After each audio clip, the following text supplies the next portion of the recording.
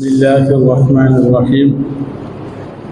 السلام عليكم ورحمة الله وبركاته.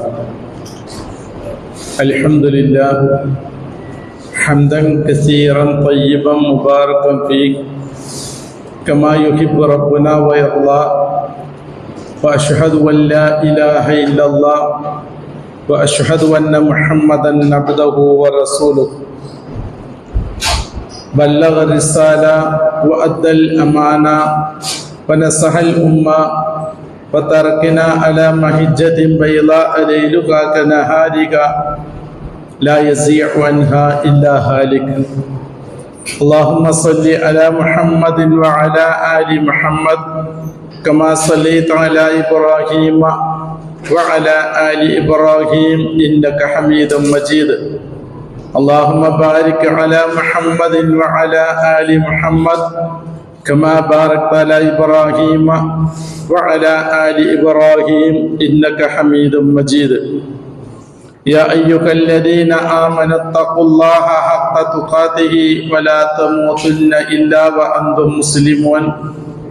رب اشرح لي صدري ويسر لي أمري واحلل عقدة من لساني يفقهوا قولي.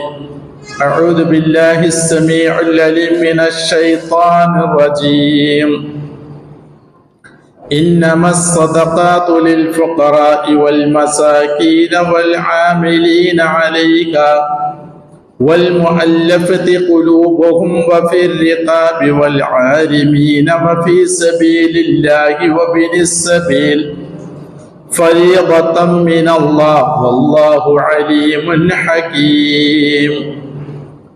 പ്രിയമുള്ള സഹോദരന്മാരെ, സഹോദരികളെ, വിശ്വാസിനികളെ, അള്ളാഹുവിൻ്റെയും അവൻ്റെ പ്രവാചകന്റെയും ഉപദേശങ്ങളും നിർദ്ദേശങ്ങളും ജീവിതത്തിലെന്നും കാത്തു സൂക്ഷിക്കുവാനും നിലനിർത്തുവാനും അള്ളാഹു തൗഫീഖ് നൽകിയ അവൻ്റെ പ്രിയപ്പെട്ട അടിയാറുകളുടെ കൂട്ടത്തിൽ ഒരുവരായി നമ്മളെയും കുടുംബത്തിലെ എല്ലാ അംഗങ്ങളെയും മുസ്ലിം ഉമ്മത്തിനെയും ഉൾപ്പെടുത്തി അനുഗ്രഹിക്കുമാറാവട്ടെ. അള്ളാഹുവിൻ്റെയും അവൻ്റെ പ്രവാചകന്റെയും വാക്കുകൾക്ക് വില കൽപ്പിക്കുന്നവരും അവർ രണ്ടുപേരും പഠിപ്പിച്ച മതത്തിന്റെ ശരിയായ മാർഗങ്ങളിൽപ്പെട്ടതാണ് ഒരു മുസ്ലിം അവന്റെ സമ്പത്തിന്റെ കണക്ക് നോക്കി സകാത്ത് കൊടുക്കുക എന്നുള്ളത്.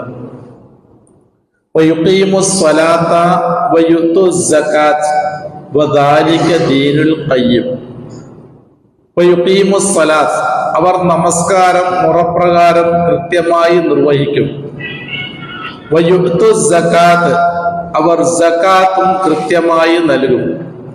വദാലിക ദീനുൽ ഖയ്യിം, അതാണ് മതത്തിന്റെ ശരിയായ മാർഗം.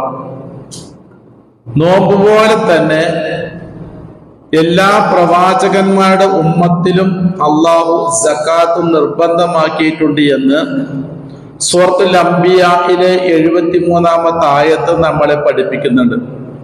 വജഅൽനാഹും അഇമ്മത്തൻ യഹ്ദൂന ബി അംരിനാ, നമ്മുടെ കൽപ്പന പ്രകാരം പ്രവാചകന്മാരെ മുഴുവനും ജനങ്ങൾക്ക് മാർഗദർശനം നൽകുന്നവരാക്കി ഞാൻ മാറ്റി.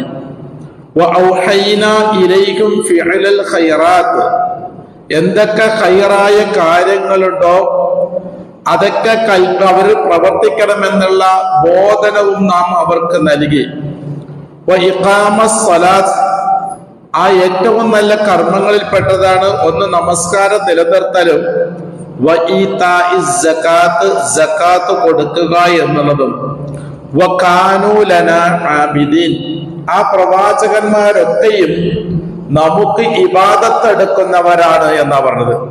അപ്പൊ ആ ഇബാദത്തിൽ പെട്ടതാണ് നമസ്കാരം എന്നതുപോലെ സകാത്തും എന്നുള്ള കാര്യങ്ങളും. നമുക്കെല്ലാവർക്കും അറിയാം, ഇസ്ലാം കാര്യങ്ങളിൽ 3-ാമത്തെ സ്ഥാനമാണ് സകാത്തിനുള്ളത്. 1, 2 ഷഹാദത്ത് കലിമ ചൊല്ലലാണ്. ആ ഷഹാദത്ത് കലിമ ചൊല്ലിയൊരു മുസൽമാന്റെ മേൽ അർപ്പിതമായ 2ാമത്തെ ബാധ്യത 5 നേരം നമസ്കരിക്കുക എന്നുള്ളതാണ്. മൂന്നാമത്തെ കാര്യമാണ് ഷഹാദത്ത് അവൻ അംഗീകരിച്ചത് സത്യമാണ്, അത് സമ്പൂർണമാണ്, യാഥാർത്ഥ്യമാണ് എന്ന് പ്രവൃത്തിപദത്തിലൂടെ കൊണ്ടുവരുന്ന മറ്റൊരു കർമ്മമാണ് സകാത്ത്. നാലാമത്തതാണ് നോമ്പ്. 5 ഹജ്ജ് എന്നുള്ളതാണ്. പരിശുദ്ധ ഖുർആനില് നമസ്കാരത്തിന്റെ ഗൗരവത്തെ കുറിച്ച് സൂചിപ്പിക്കുന്ന ഭാഗങ്ങളിൽ 82 പ്രാവശ്യം സകാത്തും അതിനോടൊപ്പം ചേർത്ത് പറഞ്ഞതായിട്ട് നമുക്ക് കാണാൻ കഴിയും. നബി സല്ലല്ലാഹു അലൈഹി വസല്ലമ സകാത്ത് പിരിച്ചെടുക്കുവാനും അതിന്റെ അവകാശികൾക്ക് കൃത്യമായി വിതരണം നടത്തുവാനും ജോലിക്കാരെ ഏർപ്പെടുത്തിയതായ സ്വഹീഹായ സുദീർഘമായ ധാരാളം ഹദീസുകൾ നമുക്ക് കാണാൻ കഴിയും. നമസ്കാരം, സകാത്ത് വിശ്വാസികളുടെ വിജയത്തിന്റെ അടയാളമാണ് എന്ന് സൂറത്തുൽ മുഅ്മിനൂനിലെ 1 മുതൽ 4 വരെയുള്ള ആയത്തുകൾ നമ്മളെ പഠിപ്പിക്കുന്നു. ഖദ് അഫ്ലഹൽ മുഅ്മിനൂൻ, അല്ലാഹു സുബ്ഹാനഹു വ തആല പറയുകയാണ്, മുഅ്മിനീങ്ങളൊക്കെ വിജയിച്ചിരിക്കുന്നു. ഖദ് അഫ്ലഹ, തീർച്ചയായും വിജയിച്ചിരിക്കുന്നു, അൽ മുഅ്മിനൂൻ, വിശ്വാസികൾ.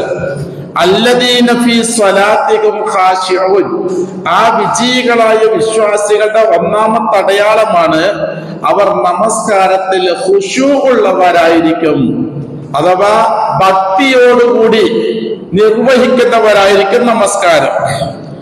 വല്ലദീനഹും അനിൽ ലഗ്വി മുഗ്രിദൂൻ, തനിക്ക് ആവശ്യമില്ലാത്ത നിരർത്ഥകമായ വിനോദങ്ങളിൽ നിന്ന് അവർ വിട്ടുനിൽക്കുന്നവരായിരിക്കും. വല്ലദീനഹും ലിസ്സകാത്തി ഫാഇലൂൻ, അവർ സകാത്ത് കൊടുക്കുന്നവരായിരിക്കും. വിജയികളായ വിശ്വാസികളുടെ 3 ലക്ഷണങ്ങളാണ് ഇതിലൂടെ അള്ളാഹുവിന്റെ പരിശുദ്ധ ഖുർആൻ നമുക്ക് പരിചയപ്പെടുത്തുന്നത്. നബി സല്ലല്ലാഹു അലൈഹി വസല്ലമ ഹജ്ജത്തുൽ വിദാഇൽ സഹാബത്തിനെ അഭിസംബോധന ചെയ്തുകൊണ്ട് അദ്ദേഹത്തിന്റെ ഒട്ടകത്തിന്റെ പുറത്തിരുന്നുകൊണ്ട് അറഫയിൽ വെച്ചുകൊണ്ട് ഇപ്രകാരം പ്രഖ്യാപിക്കുകയുണ്ടായി, അതീഉ റബ്ബക്കും, നിങ്ങൾ നിങ്ങളുടെ രക്ഷിതാവിനെ അനുസരിക്കണം. വസ്വല്ലു ഖംസക്കും, 5 വഖത്തിൽ നിങ്ങൾ കൃത്യമായി നമസ്കരിക്കണം. വഅദ്ദു സകാത്ത അംവാലിക്കും, നിങ്ങളുടെ സമ്പത്തിന്റെ തോത് നോക്കി നിങ്ങൾ സകാത്ത് കൊടുക്കണം. വസൂമു ശഹ്റക്കും, റമദാനിൽ നിങ്ങൾ നോമ്പനുഷ്ഠിക്കണം. വഅതീഉ ഇദാ അംരിക്കും, അങ്ങനെ നിങ്ങളോട് കൽപ്പിക്കുന്ന കാര്യങ്ങളൊക്കെ നിങ്ങൾ അനുസരിക്കുകയാണ് എങ്കിൽ തദ്ഖുലുൽ ജന്നത റബ്ബിക്കും, നിങ്ങളുടെ റബ്ബിന്റെ സ്വർഗത്തിലേക്ക് നിങ്ങൾക്ക് പ്രവേശിക്കാം. ഇതാണ് പ്രവാചകൻ ഹജ്ജത്തുൽ വിദാഇൽ സഹാബത്തിനെ ഉണർത്തിക്കൊണ്ട് പറഞ്ഞത്. സക്കാത്തിന്റെ വിഹിതം നൽകാത്തവർക്ക് അള്ളാഹുവിന്റെ റസൂൽ മുന്നറിയിപ്പ് നൽകിയത് ഇപ്രകാരമാണ്. നബി ഖുറൈറ റളിയല്ലാഹു അൻഹു ഖാല റസൂലുള്ളാഹി സ്വല്ലല്ലാഹു അലൈഹി വസല്ലം മൻ അതാഅല്ലാഹു മാലൻ, അള്ളാഹു ഒരാൾക്ക് കുറച്ച് സമ്പത്ത് കൊടുത്തു. ഫലം യുഅത്തി സകാത്തുഹു, പക്ഷേ അതിന്റെ കണക്ക് നോക്കി സക്കാത്ത് കൊടുത്തിട്ടില്ല അയാള്. സക്കാത്ത് പലരും കൊടുക്കുന്നുണ്ടാവും, പക്ഷേ തന്റെ മനസ്സിന് ഉറപ്പ് വരുത്തണം, എനിക്ക് നൽകിയ സക്കാത്തിന്റെ സമ്പത്തിന്റെ തോത് നോക്കി തന്നെയാണ് ഞാൻ സക്കാത്ത് കൊടുത്തിട്ടുള്ളത് എന്ന് ഉറപ്പുവരുത്താൻ കഴിയണം.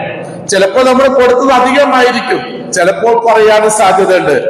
ഏതായാലും നമ്മുടെ മനസ്സിന് ഉറപ്പ് വന്നിട്ടില്ല, കൃത്യമായി കണക്ക് നോക്കി തന്നെ സക്കാത്ത് കൊടുക്കണം. അങ്ങനെ കൊടുത്തിട്ടില്ല എങ്കിൽ മുസ്തിലഹു മാലുഹു യൗമൽ ഖിയാമ ശുജാഅൻ അഖറഅ ലഹു സബീബത്താനി യുതവ്വിഖുഹു യൗമൽ ഖിയാമ, അന്ത്യനാളിൽ അതിഭീകരമായ ഉഗ്രവിഷം ചീറ്റുന്ന സർപ്പത്തിന്റെ രൂപത്തിൽ തന്റെ സമ്പത്തിനെ ആക്കി മാറ്റുകയും അതവന്റെ കഴുത്തിൽ ചുറ്റിക്കൊടുക്കുകയും ഈ 2 ഭാഗവും ആ സർപ്പം ഇങ്ങനെ ടൈറ്റാക്കി മുറുക്കിക്കൊണ്ട് അവന്റെ മുഖത്തേക്ക് നോക്കി കൊത്തി വലിച്ചുകൊണ്ടിരിക്കുമ്പോൾ ഈ സർപ്പം അവനോട് സംസാരിക്കുമെന്നാണ് ജീവിതത്തിൽ ഒരിക്കൽ പോലും കളവ് പറഞ്ഞിട്ടില്ലാത്ത അള്ളാഹുവിന്റെ റസൂൽ പറയുന്നത്. എന്താണ്? സുമ്മയപ്പോൾ, പിന്നീട് ഉഗ്രവിഷം ചീറ്റുന്ന സർപ്പം സംസാരിക്കും, അന മാനുക അന കൻസുക, ഞാനാണ് കേട്ടോ നീ സക്കാത്ത് കൊടുക്കാതെ കെട്ടിപ്പൂട്ടി വെച്ച സമ്പത്ത് അന കെൻസുക, ഞാനാണ് നിന്റെ നിധി. കെൻസ് എന്ന് പറഞ്ഞാല് ശുദ്ധീകരിക്കാത്ത സമ്പത്തിനാണ് കെൻസ് എന്ന് പറയുക. അഥവാ സക്കാത്ത് കൊടുക്കാതെ ശുദ്ധീകരിക്കാതിരിക്കുന്ന, സക്കാത്ത് കൊടുക്കുന്നതിലൂടെയാണ് സമ്പത്ത് ശുദ്ധീകരിക്കപ്പെടുന്നത്. അങ്ങനെ സക്കാത്തിലൂടെ ശുദ്ധീകരിക്കപ്പെടാതിരിക്കുമ്പോൾ ആ സമ്പത്തിനാണ് കെൻസ് എന്ന് അറബി ഭാഷയിൽ പറയുക. സുമ്മത്തല, പിന്നീട് ഈ പ്രവാചകൻ ഈ ആയത്ത് സഹാബത്തിന് ഓതിക്കേൽപ്പിച്ചു. വലാ യഹ്സബന്നല്ലദീന യബ്ഖലൂന ബിമാ ആതാഹുമുല്ലാഹു മിൻ ഫളിഹി, അല്ലാഹുവിന്റെ ഔദാര്യത്തിൽ നിന്ന് അല്ലാഹു നൽകിയ സമ്പത്തിനെ അല്ലാഹു പറഞ്ഞ മാർഗത്തിൽ വിനിയോഗിക്കാതെ പിശുക്ക് കാണിക്കുന്ന ആളുകൾ വിചാരിക്കുന്നുവോ ഹുവ ഖൈറുൽ ലഹും, അത് നിങ്ങൾക്ക് ഖൈറാണ് എന്നുള്ളത്. ബൽ ഹുവ ശർറുൽ ലഹും, അല്ല, അത് നിങ്ങൾക്ക് വിപത്താണ് കേട്ടോ. സയുതവഖൂന മാ ബഖിലു ബിഹി യൗമൽ ഖിയാമ, അന്ത്യനാളിൽ അതാണ് നിങ്ങളുടെ കഴുത്തിൽ സർപ്പമായി ചുറ്റപ്പെടാൻ പോകുന്നത് എന്ന് പരിശുദ്ധ ഖുർആനിന്റെ ആയത്തോതി സഹാബത്തിനെ ഉണർത്തുകയുണ്ടായി എന്നുള്ളതാണ്. ഒരിക്കൽ ചരിത്രത്തിലെ ഏറ്റവും പ്രസിദ്ധനായ ഒരു കവിയായിരുന്നു ആയിഷ് എന്നൊരു കവി. ആ മനുഷ്യൻ വളരെ വാർദ്ധക്യത്തിലേക്ക് എത്തിയിട്ടുണ്ട്. ആ മനുഷ്യൻ ഇസ്ലാമിനെ സ്വീകരിക്കാൻ പോവുകയാണ്. ആ മനുഷ്യനെങ്ങാനും മുസ്ലിമായി കഴിഞ്ഞാൽ അയാളുടെ ഗോത്രങ്ങൾ മുഴുവനും ഇസ്ലാമിലേക്ക് കടന്നു വരും. ഇസ്ലാമിന് വമ്പിച്ച ശക്തിയായിരിക്കും പിന്നെ അറേബ്യയിൽ ലഭിക്കാൻ പോകുന്നത്. ഇത് മനസ്സിലാക്കിയ അബൂജഹൽ തടഞ്ഞുകൊണ്ട് പറഞ്ഞു, ആയിഷ്, നീ എങ്ങാനും മുസ്ലിമായി കഴിഞ്ഞാൽ നിന്റെ സമ്പത്ത് നിന്റെ ഇഷ്ടപ്രകാരം വിനിയോഗിക്കാൻ പറ്റുകയില്ല കേട്ടോ. അപ്പൊ ആയിഷ എന്ത് പറഞ്ഞു? നിങ്ങൾ പറയുന്നത് എന്താണ് എന്ന് എനിക്ക് മനസ്സിലായിട്ടുണ്ട്. ഇസ്ലാമിന്റെ സക്കാത്തിനെ കുറിച്ചല്ലേ നിങ്ങൾ പറയുന്നത്. ഞാനൊരു 10 കാരക്ക തിന്നുമ്പോൾ ഒരു കാരക്ക ഒരു സാധുവിന് കൊടുക്കാനല്ലേ അല്ല പറയുന്നുള്ളൂ. അത് നമ്മൾ അല്ല പറഞ്ഞില്ലെങ്കിൽ ചെയ്യുന്നവരല്ലേ. അപ്പൊ അതുകൊണ്ട് ഞാനത് മുസ്ലിമാകാൻ തയ്യാറായിരിക്കുകയാണെന്ന് പറഞ്ഞു. അബൂജഹൽ പരാജയപ്പെട്ടു. അപ്പൊ അബൂജഹൽ രണ്ടാമത്തെ ഒന്നുകൂടി എടുത്തിട്ട്, ആയിഷ്, നീ വ്യഭിചാരപ്രിയനാണ്, നീ എങ്ങാനും മുസ്ലിമായി കഴിഞ്ഞാൽ നിനക്ക് വ്യഭിചരിക്കാൻ കഴിയില്ല കേട്ടോ എന്ന് പറഞ്ഞു. അപ്പൊ ആയിഷ് തിരിച്ചത് മറുപടി കൊടുത്തെന്താകും? വേണ്ട, ഞാൻ ഇത്രയും വാർദ്ധക്യത്തിലേക്ക് എത്തിക്കഴിഞ്ഞിരിക്കുന്നു, ഇനി എനിക്ക് അതിന്റെ ഒന്നും ആവശ്യമില്ല, ഞാൻ മുസ്ലിം ആകുന്നേ പറഞ്ഞു. അബൂജഹൽ അവിടെയും പരാജയപ്പെട്ടു. മൂന്നാമത്തതൊന്നും എടുത്തിട്ടു, ആയിഷ്, നീ എങ്ങാനും മുസ്ലിമായി കഴിഞ്ഞാൽ നിനക്ക് മദ്യപിക്കാൻ കഴിയില്ല കേട്ടോ, നീ മദ്യത്തിന്റെ ആളാണല്ലോ, നീ ലഹരിപ്രിയനാണല്ലോ എന്ന് പറഞ്ഞപ്പോൾ ആയിഷ് പറയുകയാണ്, ശരിയാണ് നിങ്ങൾ പറഞ്ഞത്, എനിക്ക് മദ്യത്തോട് വല്ലാത്ത ആർത്തിയുള്ള ഒരാളാണ്, അതുകൊണ്ട് ഒരു കാര്യം ചെയ്യട്ടെ, അടുത്ത വർഷം ഞാൻ മുസ്ലിമാകാം എന്ന് പറഞ്ഞുകൊണ്ട് തിരിച്ചു പോവുകയാണ്. തിരിച്ചു പോകുമ്പോ സന്തോഷത്തിന്റെ ആധിക്യം കൊണ്ട് അബൂജഹൽ 500 ഒട്ടകമാണ് ഇനാമായിക്കൊണ്ട് സംഭാവനയായിക്കൊണ്ട് കൊടുത്തത്. അപ്പൊ ആ മനുഷ്യനിക്ക് ഇസ്ലാമിലെ സ്ഥാനത്തിന്റെ ജാഹിലിയത്തിലുള്ള സ്ഥാനത്തിന്റെ ഗൗരവം ആലോചിച്ച് നോക്കിയേ. എന്നിട്ട് അത് ഏറ്റവും നല്ല ഒട്ടകത്തിന്റെ പുറത്തേക്ക് തിരിച്ചു പോകുമ്പോഴാണ് തലകടായി വീഴുകയും കുനുക്ക് പൊട്ടി അവിടെ കിടന്ന് മരിക്കുകയും ചെയ്തു. അപ്പൊ ഇവിടെ എന്താന്ന് വെച്ചാല്, നമ്മുടെ മനസ്സിന്റെ സ്വാർത്ഥത മാറ്റിവെക്കാതെ നമുക്കൊരിക്കലും തന്നെ അള്ളാഹുവിന്റെ നിയമനിർദ്ദേശങ്ങൾ ഉൾക്കൊള്ളാനോ അനുസരിക്കാനോ അംഗീകരിക്കാനോ കഴിയില്ല എന്നുള്ളതാ. അത് സമ്പത്തിന്റെ വിഷയത്തിൽ പ്രത്യേകിച്ചും ഒരാൾ തന്റെ സമ്പത്തിന്റെ കണക്ക് നോക്കി കൃത്യമായി സക്കാത്ത് കൊടുക്കുന്നില്ല എങ്കിൽ അയാൾ ഷഹാദത്ത് സ്ഥാനം പിടിച്ചിട്ടില്ല എന്നാണ് പണ്ഡിതന്മാർ നമ്മളെ ഉണർത്തുന്നത്. അയാൾ നമസ്കരിക്കുന്നത് വെറും ഒരു പ്രകടനമാണ്, അയാളുടെ മനസ്സിൽ എന്തില്ല, ഷഹാദത്ത് കടന്നിട്ടില്ല എന്നാ പറയുന്നത്. സക്കാത്ത് അത് 8 വിഭാഗം ആളുകളുടെ അവകാശ സ്വത്താണ് എന്നാണ് ഇസ്ലാം നമുക്ക് പരിചയപ്പെടുന്നത്. ഈ 8 അവകാശികളല്ലാത്ത മറ്റൊരവകാശിക്ക് കൊടുക്കുന്നുവെങ്കിൽ അത് തന്റെ ഇഷ്ടപ്രകാരമാണ് കൊടുക്കുന്നത് എങ്കിൽ അർഹതയില്ലാത്തവനാണ് ഈ സമ്പത്ത് കൊടുക്കുന്നത് എന്ന കാര്യം സക്കാത്ത് കൊടുക്കുന്ന ആളുകൾ മനസ്സിലാക്കേണ്ട വിഷയമാണ്. ആരൊക്കെയാണ് ഈ അവകാശികൾ? ആ അവകാശികളെ കുറിച്ചാണ് സൂറത്ത് തൗബയിലെ 60-ാമത്തെ ആയത്തിലൂടെ അല്ലാഹു നമ്മളെ ഉണർത്തുന്നത് ഇന്നമസ് സദഖാത്ത്, തീർച്ചയായും ഈ സക്കാത്ത്, സക്കാത്തിന്റെ മറ്റൊരു വാക്കാണ് സദഖ, ലിൽ ഫുഖറാ, ഒന്ന് ഫുഖറാക്കൾക്കുള്ളതാണ്, വൽ മസാകിൻ, രണ്ട് മിസ്കീന്മാർക്കുള്ളതാണ്. അപ്പൊ ഈ ഫക്കീറും മിസ്കീനും തമ്മിലുള്ള വ്യത്യാസം എന്താ? ഫുഖറാ മിസ്കീന്. അപ്പൊ ഫക്കീർ മിസ്കീൻ എന്താ വ്യത്യാസം? ഫക്കീർ എന്ന് പറഞ്ഞാൽ അവന്റെ ആവശ്യങ്ങൾ പോലും വേണ്ടത്ര നിർവഹിക്കാനുള്ള സാമ്പത്തിക ശേഷി ഇല്ലാത്ത ഒരാള്. അയാൾ ഇല്ല എങ്കിലും തന്റെ ഇല്ലായ്മ മറ്റുള്ളവർ അറിയും. അയാളുടെ അവസ്ഥ അങ്ങനെയായിരിക്കും. അതാണ് ഫക്കീർ. മിസ്കീൻ എന്ന് പറഞ്ഞാൽ ഇല്ല, സ്വന്തം കാര്യങ്ങൾ വേണ്ടത്ര നിർവഹിക്കാൻ വകുപ്പില്ലാത്തവനാണ് എങ്കിലും മറ്റുള്ളവരെ കാണിക്കാതെ അവൻ അഭിമാനം സൂക്ഷിച്ച് ജീവിക്കുന്ന ആളുകളായിരിക്കുന്നതാണ്. ഇതാണ് ഫക്കീറും മിസ്കീനും തമ്മിലുള്ള വ്യത്യാസം. ഇവർക്ക് രണ്ടുപേർക്ക്. പിന്നെ വൽ ആമിലീന അലൈഹ, സക്കാത്ത് പിരിച്ചെടുക്കാൻ വേണ്ടി പണിയെടുക്കുന്ന ആളുകൾ. അപ്പൊ സക്കാത്ത് പിരിച്ചെടുക്കാൻ അതുകൊണ്ടാണ് റസൂലുള്ളാഹി ആളുകളെ നിയമിച്ചിരുന്നത് എന്നുള്ളതാണ്. പിന്നെ അവർക്ക് അതിനൊരു വിഹിതം ഉണ്ട് എന്നുള്ളതാണ്. അതവർക്ക് സ്വീകരിക്കാം, സ്വീകരിക്കാതിരിക്കാം, പക്ഷെ കൊടുക്കാതിരിക്കാൻ പാടില്ല. കൊടുക്കേണ്ടതാണ് നമ്മുടെ ബാധ്യത. സ്വീകരിക്കുന്നതും സ്വീകരിക്കാതിരിക്കുന്നതും അവരുടെ ഉത്തരവാദിത്വം. 3 വൽ മുഅല്ലഫത്തി ഖുലൂബുഹും, ഇസ്ലാമിലേക്ക് ചായ്വ് കാണിക്കുന്ന ആളുകൾ. വല്ലതും കിട്ടിയാൽ തരക്കടില്ല എന്ന് പറഞ്ഞുകൊണ്ട് ഇസ്ലാമിനെ മനസ്സിൽ കൊണ്ട് നടക്കുകയും സക്കാത്തിലൂടെ അയാളുടെ മനസ്സിനൊരു കരുത്ത് നൽകുകയും ചെയ്യുക എന്നുള്ളതാണ്. അപ്പൊ അങ്ങനെ എന്ത് ചെയ്യാൻ? സക്കാത്തിന്റെ മുതല് ഇസ്ലാമിലേക്ക് ചായ്വ് കാണിക്കുന്ന ആളുകൾക്ക് കൊടുക്കാം. വഫിൽ റിഖാബി, അടിമകളെ മോചിപ്പിക്കുന്നതിന് വേണ്ടി. വൽ ആരിമീന, കടബാധ്യതയുള്ള ആളുകള്. ഇതൊക്കെ വിശദീകരിച്ച് പണ്ഡിതന്മാർ പറഞ്ഞിട്ടുണ്ട് കേട്ടോ. എങ്ങനെയാണ് കടബാധ്യത? നമ്മുടെ ഇന്നത്തെ ചുറ്റുപാട് നോക്കിയാല് അങ്ങനെയല്ല. ഒരാളൊരു വണ്ടി എടുത്തു, തന്റെ വണ്ടി മാറ്റിയെടുത്ത് അതുപോലത്തെ വണ്ടി എടുക്കാതെ നോക്കുന്ന ആൾക്കാര്, അങ്ങനത്തെ കടകളല്ല ഈ പറയുന്നത് കേട്ടോ. നേരെ മറിച്ച് കുടുംബം മുന്നോട്ട് കൊണ്ടുപോകാൻ കഴിയാതെ പ്രയാസങ്ങൾ അനുഭവിക്കുന്നതിന് പേരിൽ കടമെടുക്കുന്ന ആളുകൾ. അതുപോലെ തന്നെ മാതാപിതാക്കളുടെ സംരക്ഷണത്തിന് വേണ്ടി. പിന്നെ ഒരാൾ മരണപ്പെട്ടു പോയി, അയാൾക്ക് കുറച്ച് ഹലാലായ മാർഗത്തിലുള്ള കടങ്ങളുണ്ട്. ആ കടം ഇയാൾ ഏറ്റെടുത്തു, പക്ഷെ അത് വീട്ടാൻ ഇയാൾക്ക് കഴിയാതെ വരികയാണ് എങ്കിൽ അവർക്കൊക്കെ എന്ത് ചെയ്യണം? ഈ സക്കാത്തിന്റെ വകുപ്പിൽ നിന്നൊരു വിഹിതം കൊടുക്കണം എന്നുള്ളതാണ്. അള്ളാന്റെ മാർഗത്തില്.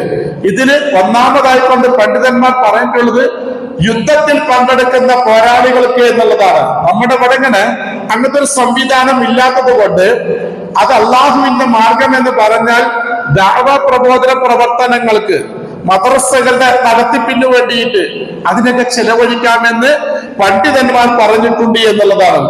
വബിനി സബീലി, യാത്രക്കാരൻ, അത് രാജാവാകാം പ്രജയാകാം, യാത്രക്കിടയിൽ സമ്പത്ത് തീർന്നു പോവുകയോ നഷ്ടപ്പെട്ടു പോവുകയോ ചെയ്താൽ ആ പ്രദേശത്തുള്ള മുസ്ലിമീങ്ങൾ അവിടെ സക്കാത്ത് സെല്ലിൽ നിന്ന് ഒരു വിഹിതം അയാൾക്ക് കൊടുത്ത് അയാളുടെ നാട്ടിലെത്തിക്കേണ്ട ഉത്തരവാദിത്വം അവർക്കുണ്ട് എന്നുള്ളതാണ്.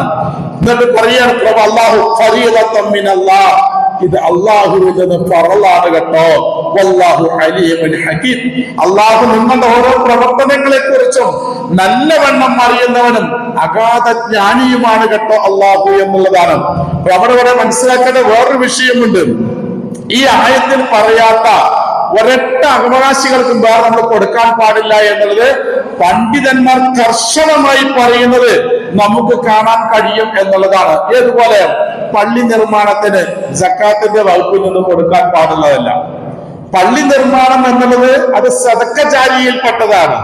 അതിന് നമ്മുടെ മറ്റുള്ള സമ്പത്താണ് വിനിയോഗിക്കേണ്ടത്. ഈ സക്കാത്തിന്റെ മുതല് ഈ 8 വിഭാഗം ആളുകളുടെ അവകാശ സ്വത്താണ്. അവിടെ അവകാശം എടുത്തുകൊണ്ടല്ല പള്ളി വെക്കേണ്ടത് എന്നർത്ഥം. അതുപോലെ തന്നെ വിദ്യാഭ്യാസ സ്ഥാപനങ്ങൾ നിർമ്മിക്കുക, അതുപോലെ തന്നെ രോഗികളെ സഹായിക്കാൻ, രോഗികളെ പണക്കാരന് പാവപ്പെട്ടവനൊക്കെ ഉണ്ടാവും. അങ്ങനെയല്ല, ഈ വകുപ്പിൽ വരുന്നുവെങ്കിൽ അവർക്ക് സഹായിക്കാമെന്നാണ് പണ്ഡിതന്മാർ പറഞ്ഞിട്ടുള്ളത്. മയ്യത്ത് പരിപാലനത്തിൽ ചില മഹല്ലുകളിൽ ഉണ്ടാകുന്നത് മഹല്ല് തന്നെ ആ ഉത്തരവാദിത്വം ഏറ്റെടുത്തുകൊണ്ട് അവർക്ക് വേണ്ട കബറുകൾ കുഴിക്കുക, അതിലേക്ക് വേണ്ട സാധനങ്ങളൊക്കെ തയ്യാറാക്കുക, അതിലേക്ക് സക്കാത്തിന്റെ മുതൽ വിനിയോഗിക്കുക ചെയ്യാൻ പാടില്ല എന്നുള്ളതാണ്. അതൊക്കെ നല്ല കാര്യങ്ങളാണ്, പക്ഷെ അതിനൊക്കെ മറ്റുള്ള സമ്പത്തുകളാണ് ഉപയോഗിക്കേണ്ടത്. സക്കാത്തിന്റെ പൈസ കൊണ്ട് ഖുർആൻ വാങ്ങി പള്ളിയിൽ വെക്കുക, ഒരുപാട് സ്ഥലങ്ങളിൽ അങ്ങനെ നടക്കുന്നത് കൊണ്ടാണ് പണ്ഡിതന്മാർ ഈ വിഷയങ്ങൾക്ക് എടുത്തു പറഞ്ഞ് സംസാരിക്കുന്നത് എന്നുള്ളതാണ്. അതുകൊണ്ട് ഇത് സാധുവിന്റെ അവകാശം നമ്മുടെ ഇഷ്ടം പോലെയല്ല വിനിയോഗിക്കേണ്ടത് എന്നുള്ളതാണ്.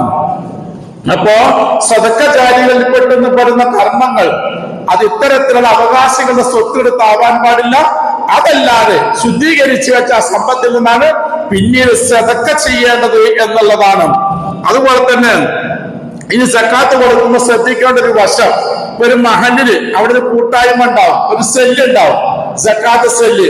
അതിലേക്ക് ഇപ്പൊ ഞാനൊരു സംഖ്യ കൊടുക്കുക എന്ന് വിചാരിക്കുക. പക്ഷെ എന്റെ കുടുംബത്തില് ഞാൻ ചെലവിന് കൊടുക്കൽ നിർബന്ധമുള്ള ആളുകളല്ല. പക്ഷെ എന്റെ സമ്പത്ത് ഞാൻ സക്കാത്ത് അങ്ങനത്തെ ഒരു കുടുംബമുണ്ട് എങ്കിൽ അവർക്ക് മുൻഗണന കൊടുക്കണം എന്നുള്ളതാണ്. ഞാൻ സെല്ല് കൊടുത്തിട്ടുണ്ട്, നിങ്ങൾ അവിടെ പോയി മേടിച്ചോളി എന്നല്ല പറയേണ്ടത്. ഞാൻ അവർക്ക് കൊടുക്കുമ്പോൾ പ്രവാചകൻ പറയുകയാണ്, സദഖത്തുക അലാ ദിൽ ഖറാബത്തി സദഖത്തുൻ വസീലത്തുൻ. നീ നിന്റെ അടുത്ത കുടുംബബന്ധമുള്ള ഒരാൾക്ക് നീ ചെലവിന് കൊടുക്കൽ ബാധ്യസ്ഥനല്ല. അങ്ങനത്തെ ഒരാൾക്ക് നീ സക്കാത്ത് കൊടുക്കുമ്പോൾ അത് സക്കാത്തുമാണ്, നിന്റെ കുടുംബബന്ധം നിലനിർത്തലുമാകുന്നു. രണ്ട് പ്രതിഫലം എന്നാണ് നബി സല്ലല്ലാഹു അലൈഹി വസല്ലമ നമ്മളെ ഉണർത്തുന്നത് എന്നുള്ളതാണ്. ഇനി സക്കാത്ത് എന്നുള്ളത് കണ്ടറിഞ്ഞ് നിറവേറ്റിയാൽ അവർക്ക് അള്ളാഹു നൽകുന്ന സുവിശേഷം നോക്കുക.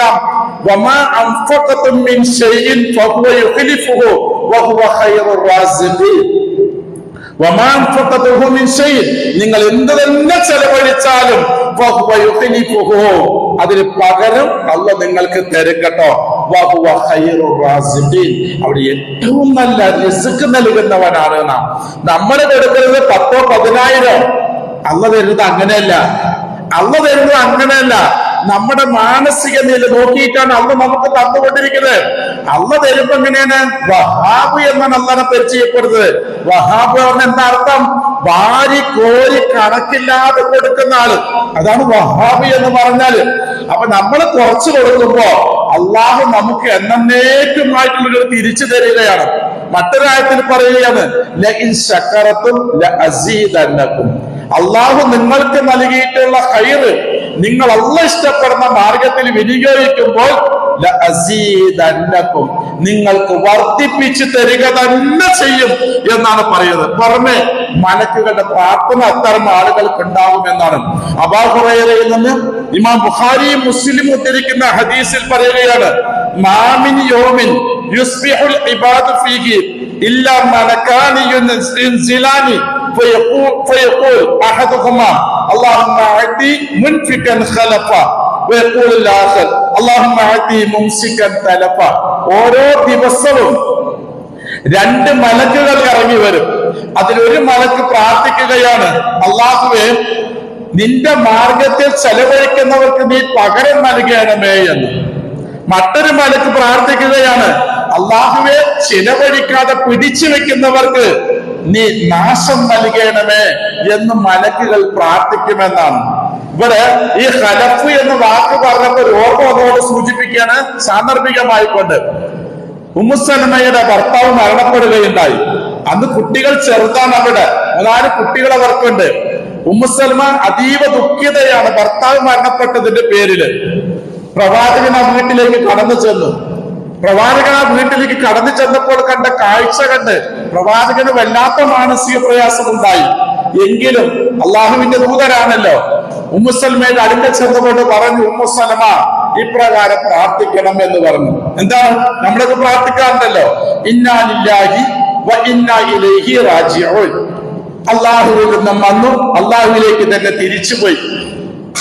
ഉമ്മു സലമ അത് പ്രാർത്ഥിച്ചു. എല്ലാവരും പ്രാർത്ഥിക്കുന്നതാണല്ലോ, ഉമ്മു സലമയും പ്രാർത്ഥിച്ചു. പിന്നെ ഒരു പ്രാർത്ഥന കൂടി കൂട്ടത്തിൽ അല്ലാഹു റസൂൽ പഠിപ്പിച്ചു. എന്താണ്?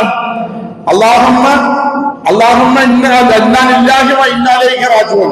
അല്ലാഹുമ്മ അജ്റിനി ഫീ മുസീബതി വഖ്ലിഫ്നി ഖൈറൻ മിൻഹാ. അല്ലാഹുവേ ഈ നഷ്ടപ്പെട്ടതിന് പകരം നീ എനിക്ക് പ്രതിഫലം നൽകുകയും ഇതിനേക്കാൾ ഉത്തമമായ ഒന്നിനെ നൽകുകയും ചെയ്യണമേ. പക്ഷെ ഉമ്മു സലമക്ക് അത് പ്രാർത്ഥിക്കാൻ ഒരു പ്രയാസം. കാരണം അബൂ സലമയേക്കാൾ സ്നേഹസമ്പന്നനായ ഇനി ഒരു ഇണയെ കുറിച്ച് ചിന്തിക്കാൻ ഉമ്മു സലമക്ക് കഴിയുന്നില്ല എന്നല്ല. അത്രയും നല്ല മനുഷ്യനാണ് അബൂ സലമ. അത് അവരോടുള്ള പെരുമാറ്റം, മക്കളോടുള്ള പെരുമാറ്റം, ആ കുടുംബത്തിലെ നെടുന്തൂണൊക്കെയാണ്. ഇനി അതിന് പകരക്കാരനായിക്കൊണ്ട് എനിക്ക് ഒരാളെ എങ്ങനെ കിട്ടുമെന്നുള്ളതാണ്. പക്ഷെ അള്ളാഹുവിന്റെ റസൂലാണല്ലോ പറയണത്. ഉമ്മു സലമ പ്രാർത്ഥിച്ചു. ഇദ്ദേഹത്തെ കാലഘട്ടം കഴിഞ്ഞു. വഹി അറിഞ്ഞാണ് പ്രവാചകന് ഉമ്മു സലമയെ വിവാഹം കഴിക്കണം എന്നുള്ളത്. ഉമ്മു സലമ പറയുകയാണ്, അള്ളാഹുവിന്റെ റസൂൽ ആ പ്രാർത്ഥന എനിക്കിങ്ങനെ പറഞ്ഞു തരുമ്പോ എന്റെ മനസ്സിൽ ഒരിക്കലും ഒരു ചിന്തയില്ല അള്ളാഹുവിന്റെ റസൂലിനെ എനിക്ക് ഇണയായി കിട്ടുമെന്നുള്ളത്. പക്ഷെ അതിനേക്കാൾ ഉത്തമമായ ഒന്നിനെ എനിക്ക് പിൻഗാമിയായി നൽകണമേ എന്നുള്ളത് അള്ളാഹുവിന്റെ റസൂലാണല്ലോ പറയുന്നത് എന്നോർത്തപ്പോൾ ഞാനത് പ്രാർത്ഥിച്ചു പോയി. ഇതാ അള്ളാഹുവിന്റെ റസൂലിന്റെ ഇണയായി തീരാനുള്ള തൗഫീഖാണ് എനിക്ക് റബ്ബ് നൽകിയത് എന്ന് ആലോചിച്ച. അപ്പൊ നമ്മൾ നൽകുന്നതിന് പിൻഗാമിയായിക്കൊണ്ട്, അതിന് പകരമായിക്കൊണ്ട് അള്ളാഹ് തരുന്നത് അത് നമുക്ക് വർണ്ണിക്കാനും വിവരിക്കാനും കഴിയാത്തതാണ് എന്നുള്ളതാണ്. ഇപ്പൊ ഒരാൾ സക്കാത്ത് കൊടുക്കാൻ അവകാശിയായ ഒരാള് സക്കാത്ത് കൊടുക്കുന്നതിന് മുമ്പ് മരണപ്പെട്ടു പോയി എന്ന് വിചാരിക്കുക, സ്വാഭാവികമാണല്ലോ. അയാൾക്ക് സക്കാത്ത് കൊടുക്കാൻ കഴിഞ്ഞിട്ടില്ല. എന്താണ് അയാളുടെ ഇസ്ലാമിക വിധി?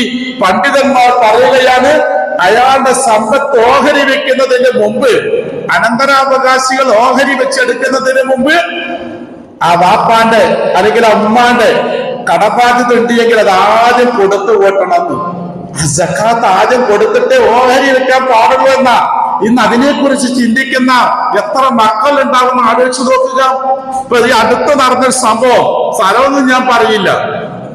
അവിടെ ഒരു വാപ്പ മരണപ്പെട്ടു പോയി. വാപ്പ മരണപ്പെട്ടു പോയപ്പോൾ ആ വാപ്പക്ക് ഒരുപാട് സ്വത്തുണ്ട്.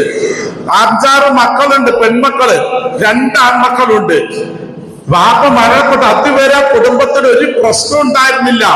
പക്ഷെ വാപ്പ മരിച്ച് ദിവസങ്ങൾ കഴിയുമ്പോഴേക്കും ഈ മക്കൾ എല്ലാവരും പരസ്പര ശത്രുക്കളായി തീർന്നു എന്നുള്ളതാണ്. എന്തിനു വേണ്ടി? ഈ വാപ്പാന്റെ സ്വത്തിന് വേണ്ടി. എന്നാൽ അതേ സന്ദർഭത്തിൽ ആ പള്ളിയിൽ, അവരുടെ പരിസരത്തുള്ള ഒരു പള്ളിയിൽ, അവരുടെ മഹലിൽ തന്നെ ഒരു കിണറില്ല. കിണറിന് അവർ കുഴിക്കണം. കിണർ കുഴിക്കണം. ഒരു 4 ഭാഗം ഓടണവര് പലരോട് സഹായം ചോദിച്ചുകൊണ്ട് ഈ മക്കൾക്ക് വാപ്പാക്ക് വേണ്ടി സ്വതക്കചാരിയെ ചെയ്തുകൂടായിരുന്നില്ല. ഈ സമ്പത്ത് കൊണ്ട് ചെയ്തില്ല. ഇത് 2 കുടുംബത്തിന്റെ അവസ്ഥയാണ് ആ മഹലിൽ ഉണ്ടായത്. ഞാൻ അത്ഭുതപ്പെട്ടു പോയത് കണ്ടിട്ട്. അതുകൊണ്ട് ജീവിച്ചിരിക്കുന്ന കാലഘട്ടങ്ങളിൽ നമ്മുടെ സമ്പത്ത് നമ്മൾ ഏറ്റവും അള്ളാഹു പറഞ്ഞ മാർഗത്തിൽ വിനിയോഗിക്കാൻ നമ്മൾ തയ്യാറായിട്ടില്ല എങ്കിൽ മക്കൾ പരസ്പരം ശത്രുക്കളായി തീരുമെന്നതല്ലാതെ ആ മക്കൾക്ക് ഇതിന്റെ ഗൗരവം വേണ്ടത്ര ഉൾക്കൊള്ളാൻ കഴിഞ്ഞുകൊള്ളണമെന്നില്ല എന്നതാണ് അള്ളാഹ് റസൂൽ പറയുന്നത്. അള്ളാഹുവിനോടുള്ള കടമാണ് വീട്ടൽ ഒന്നാമത്തെ ബാധ്യത എന്നുള്ളതാണ്. ശുഹദാക്കളുടെ രക്തത്തിന്റെ ആദ്യത്തെ തുള്ളി അവർ ഷഹീദാകാണ്. ശത്രുവിന്റെ വെട്ടേറ്റുകൊണ്ട് മരിച്ചു വീഴുന്ന ഒരു ശുഹദാക്കളുടെ ആ ശുഹദാന്റെ ഒരു തുള്ളി രക്തം, ആദ്യത്തെ രക്തത്തുള്ളി വീഴുമ്പോ തന്നെ അവന്റെ പാപങ്ങളൊക്കെ പൊറുക്കപ്പെട്ടു. അവൻ സ്വർഗാവകാശിയാണെന്ന് റസൂലുള്ള പറഞ്ഞു. അതേ സന്ദർഭത്തിൽ അയാൾ സക്കാത്ത് കൊടുക്കാത്ത ഒരാളാണ് എങ്കിൽ, കൊടുക്കാത്ത ആളെന്നാല് ഇനി ആ വർഷത്തെ സക്കാത്ത് കൊടുക്കാൻ കഴിഞ്ഞിട്ടില്ല എങ്കിൽ ആ സക്കാത്ത് കൊടുത്തു തീരുവോളം അയാൾ ആ ഷഹീദും സ്വർഗത്തിന്റെ അവകാശിയല്ല എന്നാണ് പ്രവാചകൻ നമ്മളെ പഠിപ്പിക്കുന്നത്. അത്രമാത്രം ഭീമമായ ഉത്തരവാദിത്വം ഉള്ളതാണ് എന്നുള്ളതാണ്. ഒരിക്കൽ റസൂലുള്ളാഹി സ്വല്ലല്ലാഹു അലൈഹി വസല്ലമ മദീന പള്ളിയിൽ ഒരു തിണ്ടുണ്ട്, മയ്യത്തൊക്കെ കൊണ്ടുവന്ന് വെക്കുന്ന തിണ്ടാണത്. ആ തിണ്ണയിൽ ഇങ്ങനെ ഇരിക്കുകയാണ്. പ്രവാചകൻ നെറ്റി പിടിച്ചിങ്ങനെ അമർത്തിക്കൊണ്ട് നെറ്റിയും മുഖവും ചുളിച്ചുകൊണ്ട് പ്രവാചകൻ സുബ്ഹാനല്ലാഹ് സുബ്ഹാനല്ലാഹ് എന്നിങ്ങനെ പറഞ്ഞുകൊണ്ട് പറഞ്ഞു. അപ്പൊ സഹാബത്ത് ആകെ ബേജാറായി പോയി. എന്താണ് റസൂൽ അങ്ങനെ പറഞ്ഞത്? പിറ്റേ ദിവസം വന്നുകൊണ്ട് സഹാബത്ത് ചോദിച്ചു, എന്താ പ്രവാചകരെ നിങ്ങൾ അങ്ങനെ പറയാൻ കാരണം ചോദിച്ചു. അപ്പൊ പ്രവാചകൻ പറയാണ്, കടമാണ് വിഷയം, കടമാണ് വിഷയം. ആ കടം ജനങ്ങൾക്കാകട്ടെ അള്ളാഹ്ക്കാകട്ടെ അത് കൊടുത്തു വിട്ടാതെയാണ് ഒരാൾ മരണപ്പെട്ടു പോകുന്നത് എങ്കിൽ അയാളുടെ കാര്യമാണ് ഇവിടെ പ്രവാചകൻ സൂചിപ്പിക്കുന്നത് എന്നുള്ളതാണ്. അതുകൊണ്ട് വല്ലാത്തൊരു വിഷയമാണ് ഇത് എന്നുള്ളതാണ്. സക്കാത്ത് കൃത്യമായി കണക്ക് നോക്കി തന്നെ കൊടുക്കണം. ഈ കൃത്യമായി നോക്കി കൊടുക്കാൻ കഴിയാത്ത എന്തോന്നറിയോ? മനസ്സിന്റെ പിശുക്കാണ് എന്നാണ് പ്രവാചകൻ പഠിപ്പിക്കുന്നത്. അബൂ ഹുറൈറയിൽ നിന്നാണ് റസൂൽ ഉദ്ധരിക്കുന്നത്. ഹദീസിൽ പറയുന്നത് വലാ യജ്തമിഉ അശ്ശുഖു വൽ ഈമാൻ ഫി ഖൽബി അബ്ദിൻ അബദാ. പിശുക്കും ഈമാനും ഒരു ഹൃദയത്തിൽ ഒരുമിച്ച് കൂടുകയില്ല എന്നതാണ്. പിശുക്കുണ്ടോ? ഈമാനില്ല എന്ന് തെളിവാകുന്ന. ഈമാനുണ്ടോ? പിശുക്കുണ്ടാവൂല എന്നാണ്. സുബ്ഹാനല്ലാഹ്, എത്ര നല്ലൊരു മനഃശാസ്ത്രമാണ് ചോദിക്കുക. ഇത് നമ്മൾ ആരോട് ചോദിക്കണ്ട, നമ്മളിലേക്ക് തന്നെ നോക്കിയാൽ മതി.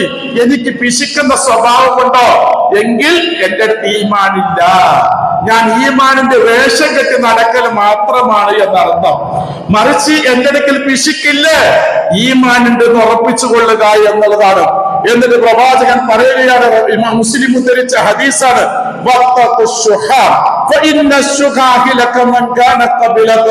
പിശുക്കിനെ നിങ്ങൾ സൂക്ഷിച്ചു കൊള്ളുക. പിശുക്കാണ് നിങ്ങളുടെ മുൻകാലക്കാരെ മുഴുവൻ നശിപ്പിച്ചു കളഞ്ഞത് എന്നുള്ളതാണ്. ഞാൻ അവസാനിപ്പിക്കുകയാണ് സഹോദരന്മാരെ, സഹോദരികളെ. അതുകൊണ്ട് അള്ളാഹു നമുക്ക് തന്നിട്ടുള്ള നിഅമത്ത് അനുസരിച്ചുകൊണ്ട് നമ്മൾ സംസാരിക്കുക, നമ്മൾ പ്രവർത്തിക്കുക, നമ്മൾ പെരുമാറുക. അള്ളാഹു നമ്മളെ അനുഗ്രഹിക്കുമാറാകട്ടെ. വന്നുപോയ വീഴ്ചകൾ അള്ളാഹുവിന്റെ കാരുണ്യം കൊണ്ട് നമുക്ക് മാപ്പ് നൽകി ആദരിക്കുമാറാകട്ടെ. വീഴ്ചകൾ മനുഷ്യ സഹജമാണ്, സ്വാഭാവികമാണ്. വിഷയത്തിന്റെ ഗൗരവം അറിയാത്തിടത്തോളം കാലം ഏത് മനുഷ്യന് വീഴ്ചകൾ സംഭവിക്കുക സ്വാഭാവികമാണ്. പൊറുക്കുന്നവനും മറക്കുന്നവനും പരിഹരിച്ചു തരുന്നവനും റബ്ബൊരുവൻ മാത്രമാണ്. അതിനുള്ളൊരു അവസരമാണ് വിശുദ്ധ റമളാൻ. റബ്ബേ, ഇത്രയും നാൾ എന്റെ അടുക്കൽ വന്നുപോയിട്ടുള്ള എല്ലാ വീഴ്ചകളും പരിഹരിക്കാൻ നീ എന്നെ സഹായിക്കണമേ എന്ന് നമ്മുടെ ചെറിയ ദുർബലമായ ഹസ്തങ്ങൾ ഉയർത്തി അള്ളാഹിനോട് പ്രാർത്ഥിച്ചാൽ തീർച്ചയായും ഉത്തരം കിട്ടും, തീർച്ചയായും ഉത്തരം കിട്ടും. അതിനുള്ള തൗഫീഖ് അള്ളാഹു നമുക്ക് പ്രദാനം ചെയ്യുമാറാകട്ടെ. അള്ളാഹുവേ, മനുഷ്യ സഹജമായും അല്ലാതെയും സംഭവിച്ചു പോയ എല്ലാ വീഴ്ചകളും ചെറുതും വലുതുമായിട്ടുള്ളതും രഹസ്യവും പരസ്യവുമായിട്ടുള്ളതും എല്ലാം നിന്റെ കാരുണ്യം കൊണ്ട് ഞങ്ങൾക്കിടയിൽ പരിഹരിച്ച് ഞങ്ങളിൽ നിന്ന് പരിഗണിക്കണമേ റബ്ബേ. അള്ളാഹുവേ, വിശുദ്ധ റമളാനിന്റെ ഓരോ രാവുകളിലും എണ്ണമറ്റ ആളുകളെ നരകത്തിൽ നിന്ന് മോചിപ്പിക്കുന്നവരുടെ കൂട്ടത്തിൽ ഞങ്ങളെയും കുടുംബത്തിലെ എല്ലാ അംഗങ്ങളെയും മുസ്ലിം ഉമ്മത്തിനെയും ഉൾപ്പെടുത്തി നീ ആദരിക്കണമേ റബ്ബേ. അല്ലാഹുവേ, മനുഷ്യ ജിന്ന് വർഗത്തിൽപ്പെട്ട പിശാചുക്കളുടെ പൈശാചികതകളിൽ നിന്നും ശത്രുക്കളുടെ ശത്രുതകളിൽ നിന്നും അസൂയക്കാരുടെ അസൂയകളിൽ നിന്നും കുതന്ത്രശാലികളുടെ കുതന്ത്ര വലയങ്ങളിൽ നിന്നും നീ ഞങ്ങളെ കാത്തുരക്ഷിക്കണമേ റബ്ബേ. അല്ലാഹുവേ, ഇസ്ലാമിന്റെയും മുസ്ലിങ്ങളുടെയും പരാജയം കൊണ്ട് സന്തോഷിക്കാൻ വേണ്ടി കാത്തിരിക്കുന്നവർ ആരായിരുന്നാലും ഒരാൾക്കും സന്തോഷിക്കുവാനുള്ള അണവ് അപമാനമോ പരാജയമോ ഈ ഉമ്മത്തിൽ വർഷിക്കാതെ നിന്റെ കാരുണ്യ വർഷവും കാരുണ്യത്തിന്റെ നോട്ടവും ഞങ്ങളുടെ കൈയും ഉണ്ടാകണമേ റബ്ബേ. അള്ളാഹുവേ, ഞങ്ങളുടെ കൂട്ടത്തിൽ നിന്നും ഞങ്ങളുടെ കുടുംബങ്ങളിൽ നിന്നും ഈ ഉമ്മത്തിൽ നിന്നും നിന്റെ അടുക്കലേക്ക് എത്തിപ്പെട്ടിട്ടുള്ള എല്ലാവർക്കും നീ മഗ്ഫിറത്തും മർഹമത്തും നൽകി അവിടെ ബർസഹി ജീവിതം നീ ധന്യമാക്കി കൊടുക്കണമേ റബ്ബേ. അള്ളാഹുവേ, അവശേഷിക്കുന്ന കാലഘട്ടം ധർമ്മവും കർമ്മവും നന്നാക്കി തീർക്കാൻ ഭാഗ്യം കിട്ടിയ നിന്റെ ഇഷ്ടദാസിദാസന്മാരുടെ കൂട്ടത്തിൽ ഒരുവരായി ഞങ്ങളിൽ എല്ലാവരെയും നീ ഉൾപ്പെടുത്തി നീ ആദരിക്കണമേ റബ്ബേ. അല്ലാഹുമ്മ അജ്റിനാ മിനന്നാർ, അല്ലാഹുമ്മ അജ്റിനാ മിനന്നാർ, അല്ലാഹുമ്മ അജ്റിനാ മിനന്നാർ. اللهم إنا نسألك من خير ما سألك منه نبيك محمد صلى الله عليه وسلم ونعوذ بك من شر ما استعاذ منه نبيك محمد صلى الله عليه وسلم. أنت المستعان وعليك البلاغ ولا حول ولا قوة إلا بالله. اللهم صل على محمد وعلى آل محمد كما صليت على إبراهيم وعلى آل إبراهيم إنك حميد مجيد. اللهم بارك على محمد وعلى آل محمد كما باركت على إبراهيم وعلى آل إبراهيم إنك حميد مجيد. ربنا آتنا في الدنيا حسنة وفي الآخرة حسنة وقنا عذاب النار. سبحان ربك رب العزة عما يصفون وسلام على المرسلين والحمد لله رب العالمين. آمين آمين آمين برحمتك يا أرحم الراحمين. السلام عليكم ورحمة الله وبركاته.